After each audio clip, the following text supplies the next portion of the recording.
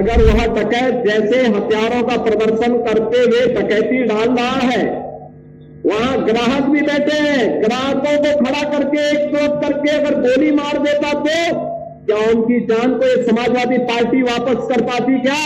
अरे किसी भी जाति के हो सकते थे, ग्राहक वो यादव भी हो सकता था, दलित भी हो सकता था, किसी भी जाति का हो सकता था। उत्तर प्रदेश के मुख्यमंत्री योगी आदित्यनाथ ने समाजवादी पार्टी यानी सपा के अध्यक्ष अखिलेश यादव पर तंज कसते हुए रविवार को कहा कि सत्ता तो विरासत में मिल सकती है, लेकिन बुद्धि नहीं। योगी ने कहा कि जो लोग सत्ता को अपनी जागीर समझते थे वह अब सत्ता में वापस आने के लिए अराजकता पैदा करने की साजिश कर रहे हैं। उन्होंने आरोप लगाया कि सपा के शासनकाल में गुंडे और माफिया अपनी समानांतर सरकार चलाते थे, लेकिन 2017 में भारतीय जनता पार्टी यानी बीजेपी की सरकार बनने के बाद से हालात बदल गए और अपराधियों के खिलाफ सख्त कार्रवाई होने लगी। मुख्यमंत्री ने अम्बेडकर नगर में 1231 करोड़ रुपए की लागत वाली 6778 विकास परियोजनाओं के उद्घाटन एवं शिलान्यास के बाद अखिलेश पर निशाना साधते हुए कहा कि सरकार चलाने के लिए जज्बा चाहिए, दिल चाहिए और दिमाग भी चाहिए। सत्ता विरासत में मिल सकती है, लेकिन बुद्धि नहीं।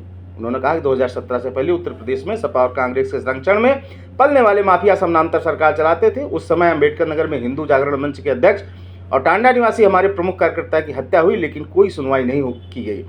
तब भी मुझे आंदोलन करने के लिए यहाँ आना पड़ा था। योगी ने कहा कि 2017 से पहले पुलिस भागती थी और गुंडे उन्हें दौड़ाते थे, मगर 2017 के बाद से गुंडे माफिया भाग रहे हैं और पुलिस उन्हें दौड़ा रही है। अगर किसी अपराधी ने कहीं कोई दुस्साहस किया तो सरकार किसी भी हद तक जाकर उसके दुस्साहस का जवाब देगी। मुख्यमंत्री ने सुल्तानपुर में एक सराफा व्यवसायी के यहाँ हुई 1.5 करोड़ रुपए की लूट मामले में आरोपी मंगेश यादव की पुलिस मुठभेड़ में मौत पर अखिलेश द्वारा उठाए गए सवाल की तरफ इशारा करते हुए कहा कि आप मुझे बताएं कि अगर कोई डकैत पुलिस से मुठभेड़ में मारा जाता है तो सपा को बुरा क्यों लगता है? आप इन लोगों से पूछिए कि अपराधियों के साथ क्या होना चाहिए। उन्होंने सवाल किया कि क्या अयोध्या में निषाद जात की एक बेटी के साथ सपा के एक नेता ने जो किया, क्या वह ठीक था? हमारे मंत्री डॉक्टर संजय निषाद अयोध्या में उस बेटी के हालात देखकर रो पड़े थे, लेकिन सपा अब भी चाहती है कि आरोपी पर कोई कार्रवाई ना हो। मुख्यमंत्री ने सपा पर गुंडों को संरक्षण देने का आरोप लगाते हुए कहा कि बेटी तो सबकी बेटी होती है, उसकी रक्षा पूरे समाज का दायित्व बनता है, लेकिन सपा इसका महत्व कहाँ समझ पाएगी। उसके यहाँ तो गुंडों की फौज थी, जो जितना बड़ा गुंडा माफिया होता था पार्टी में उसे उतना बड़ा ओहदा मिलता था। उन्होंने दावा किया 2017 के बाद उत्तर प्रदेश माफिया मुक्त हो गया है। योगी ने सपा, कांग्रेस और बहुजन समाज पार्टी पर अपने शासनकाल में तुष्टीकरण के अलावा और कुछ नहीं करने का आरोप लगाया।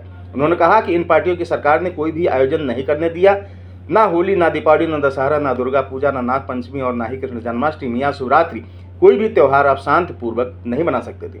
मुख्यमंत्री ने दावा किया 2017 के बाद त्योहारों में विघ्न डालने वाले और बेटियों और व्यापारियों की सुरक्षा के लिए खतरा पैदा करने वाले अब गायब हो गए हैं। योगी ने मतदाताओं से कटेहरी विधानसभा सीट पर प्रस्तावित उपचुनाव में भाजपा का समर्थन करने की अपील की। सीएम योगी 20 दिन के अंदर तीसरी बार अम्बेडकर नगर पहुंचे हैं। कटेहरी में उपचुनाव के मद्देनजर हिंडी पकड़िया के बुढ़वा बाबा मैदान पर आज आयोजित एक जनसभा को उन्होंने संबोधित किया।